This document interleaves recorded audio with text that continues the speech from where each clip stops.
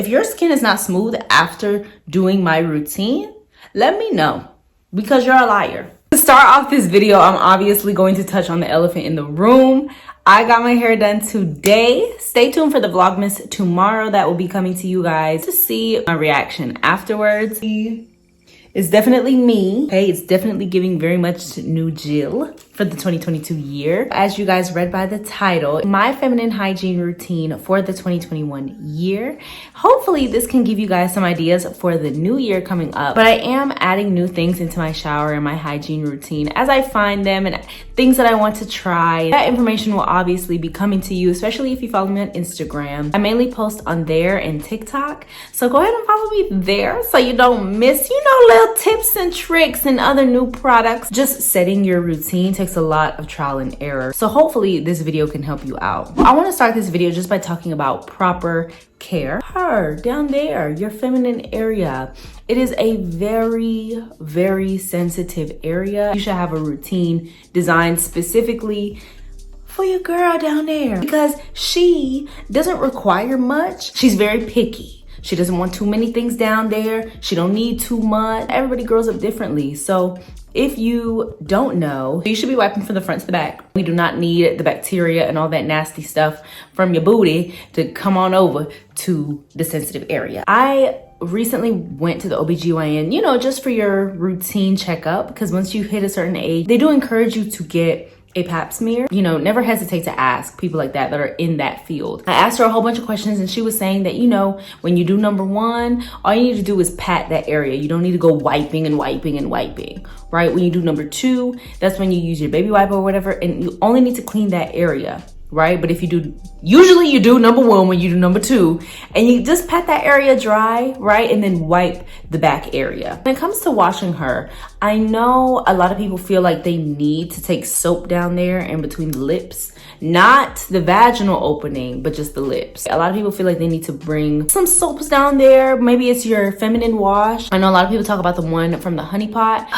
I needed to say this on this video. I hate to do this, but the honey pot did not work for me. When I first started using the honey pot, it was great. I loved it. I loved the cooling effect that the pads and the liners gave. Well, there was one time, it was that time of the month, and I was using it regularly because I use the honey pot religiously, like I have. I ditched the soap a long time ago because soap isn't good for you down there. Anyways, we'll get back to that. I use the pads, the liners, the tampons, everything honey pot, the wipes, the panty spray. I just had a super bad reaction to it. The coating that's on the top of that and that kind of creates that cooling effect is right in contact with her, and she is sensitive. My skin just got really irritated down there. It did not like it. It could not stand anything honey pot anymore. When I went to the OBGYN, I explained to her what was going on. She told me to completely get rid of the honey pot. She said a lot of people come in there for issues with the honey pot brand specifically. So I don't want to, if it works for you, it works, right? Continue supporting that Black owned brand. But for me, I'm just not gonna recommend it no more. I use the L brand, and these are the organic tampons. So these are just the regular ones. You can get some that come, oh, these aren't the super. So I didn't realize I got regular, but usually I get the one that's mixed with regular and super. And I use their chlorine-free ultra-thin liners. And obviously I use their ultra-thin pads, and these are in super. It is a completely different feeling. With organic pads and tampons, I highly recommend switching from like the Always brand, Kotex, things like that. I used to use the Always brand, which it's not bad, but it did cause some irritation quite often. So these pads that I use, the L brand, no irritation at all. I highly recommend switching to a organic brand. So getting back to what we were talking about with washing in that area. So the OBGYN suggested that I use Cetaphil. She said that it's so gentle that you're able to use it just in that lip area, not in the vaginal opening. But she said, honestly, the best thing to use is just warm water. But look, I can't just use warm water. Okay, not to say that it isn't clean after you wash with just warm water, but I need a little something extra. The Cetaphil gives it like a squeaky clean feeling, but no scents at all, anything like that. So even with the washes, the feminine washes, you want to be careful. You want to be super careful about which ones you do get. If it sells itself as a feminine wash to give whatever kind of scent or manage pH, I'm not gonna tell you not to use it because I'm not in the business of telling people what to do with their bodies, but I'm just letting y'all know what I do for myself. So moving into talking about the menstrual cycle. So I already showed y'all the brand of pads and tampons that I use. So yes, it is the L brand. And of course with the tampons, I change them as needed about every 4 hours. You don't want to keep it in there for too long. And once it's coming to the lighter end of my menstrual cycle, then I'll use the liners just to avoid any irritation, and it's just a lot more comfortable. So along with that, I always make sure to use cotton underwear. Okay, I do sleep with no underwear. Throughout the day, I wear breathable things because I don't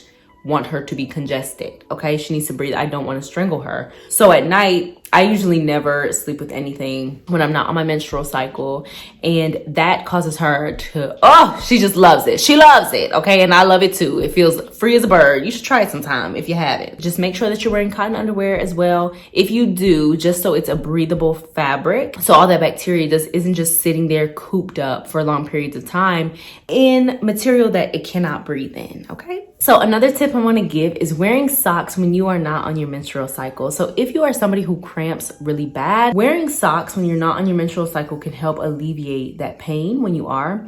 And this is something that my mom always told us growing up. So anytime I'll step on the kitchen floor and my feet are cold or anything, I'm like, oh, the cramps might be bad this time. So it can literally heighten the intensity of the cramps that you get. So I always wear socks.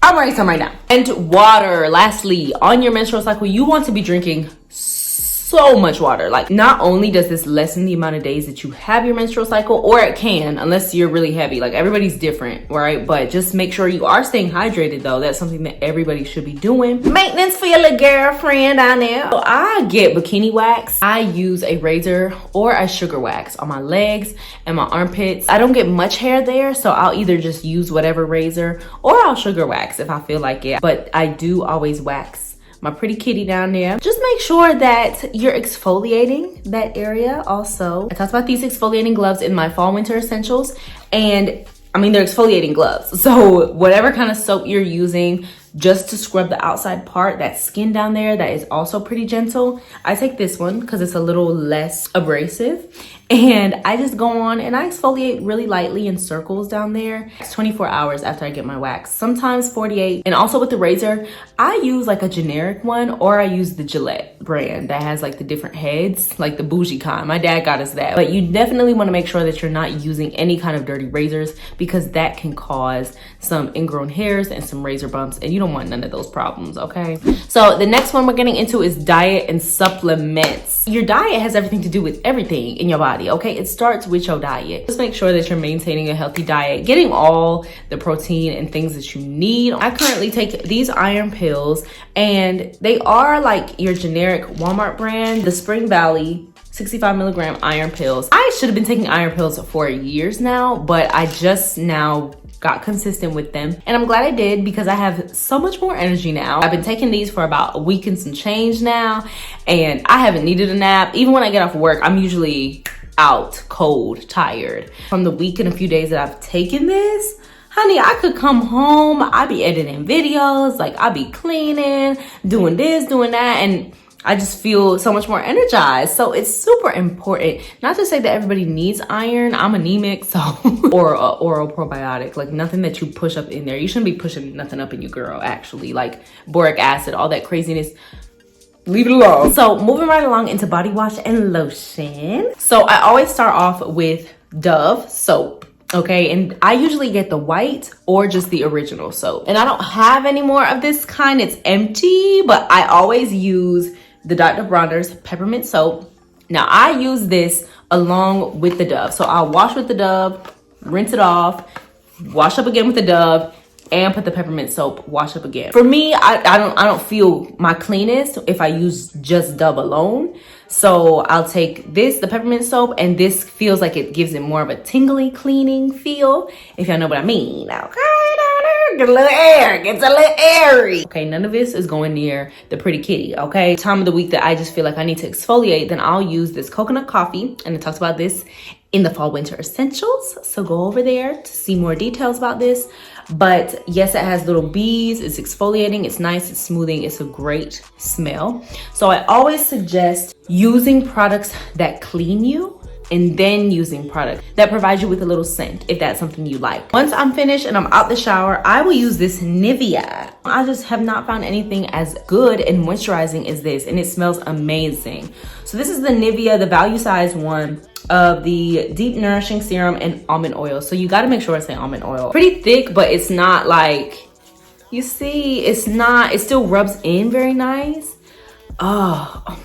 I wish y'all could smell this through the screen. Look at it glistening. I usually like to be left like a grease ball, and in the fall and winter time, you know that skin get dry, honey. And this will help that, especially if you have dry skin. I have dry skin, but not so much anymore because I've added things into my routine over the years just to treat that. So this is another staple.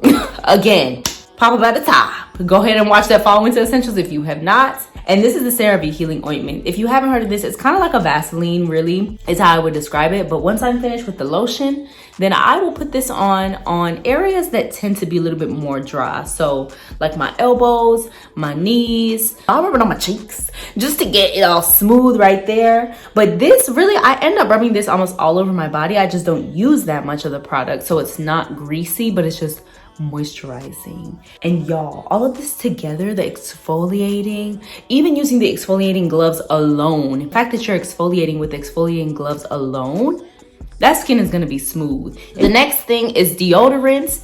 Y'all. I talked about deodorant. I talked about switching from deodorant that contained aluminum to aluminum-free natural deodorants.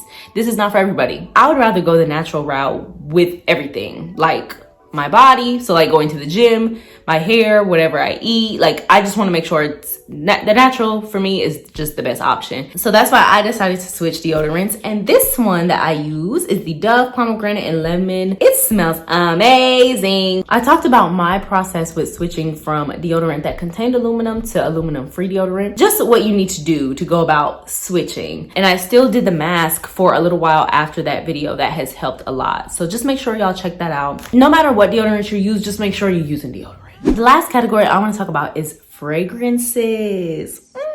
I got this for Christmas last year, so I'm not even about to front and sit here like I have 15 million designer perfumes waiting in the back, because I don't. But do I want to smell some? I'll just have some pop up on the screen that I do want to smell. But for right now, this has been the scent all year round for me, and so I wanted to add it in here because it's a very light, it's like a women's cologne. That's the best way I can describe it, like a women's cologne, but it's kind of flowery yet a little musky. So this is supposed to be a night perfume. The lady at the counter was telling me this one is mainly used at night before you go to sleep. You spray it on their bed or on their pillow, and it is like a calming scent like that, so I can understand why it's used at night. But I use it all the time. I use it at night also though when I get out the shower. That's probably why it's so low. I love this as just a good base because I have other fragrances that I might layer for the day, but this is the main one that I use, and I like to put it wherever I apply this healing ointment. So Vaseline / petroleum products, if you put it on and spray your perfume in those areas, then it lasts longer. So I put it on, I spray a little on my neck, I spray some on my wrist, rub it together. I spray some, let me show you. Oh, right here, the back part of my knees. I don't ever want to smell too overpowering. I want it to be like, you smell great. And that's the reaction I've got, I kid you not. So y'all, that is everything. Let me look around, make sure. I think that's everything. I hope y'all enjoyed listening to me talk about my feminine hygiene routine, and I hope maybe you gained something from it, at least a little tip somewhere that you can start applying into your routine. Turn on those post notifications so you know when I upload, okay? Because you're gonna need to know. Give me some fragrances, actually. Comment that down below. Please, give me some fragrances to try. I've been seeing, you know, the regular ones that you always see, the Tom Ford, the Dolce & Gabbana, light blue. Give me some of your favorite fragrances. That's a lot. Favorite fragrances. Always remember to stay blessed and stay stay sweet.